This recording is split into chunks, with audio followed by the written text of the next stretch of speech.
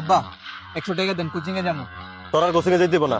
কি কইতেছেন, কোচিং এর সময় দিতেছে গা। তোর না কইছি তোর কোচিং এ যাইতে হইব না, মানে যাইতে হইব না। আজকে থেকে তোর সব পড়ালেখা বন্ধ। এ আব্বা, আমি কি কোনো ভুল করছি? আমার পড়ালেখা কোনো গাফিলতি আছে?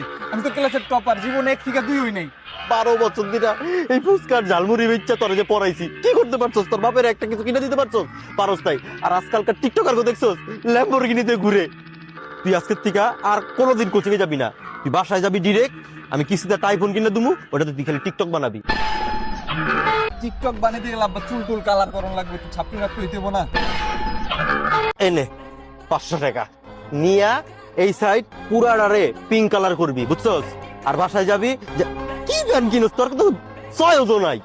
যে একটা লাল কালার একটা প্যান্ট কিনবি, হলুদ কালারের শার্ট, আর এই যে রশি মশি আছে না, এইটি গলার ভিতরে যেরকম যে থাকে, এইটি সব কিনাবি না, বাসায় যা টিকটক বানাবি।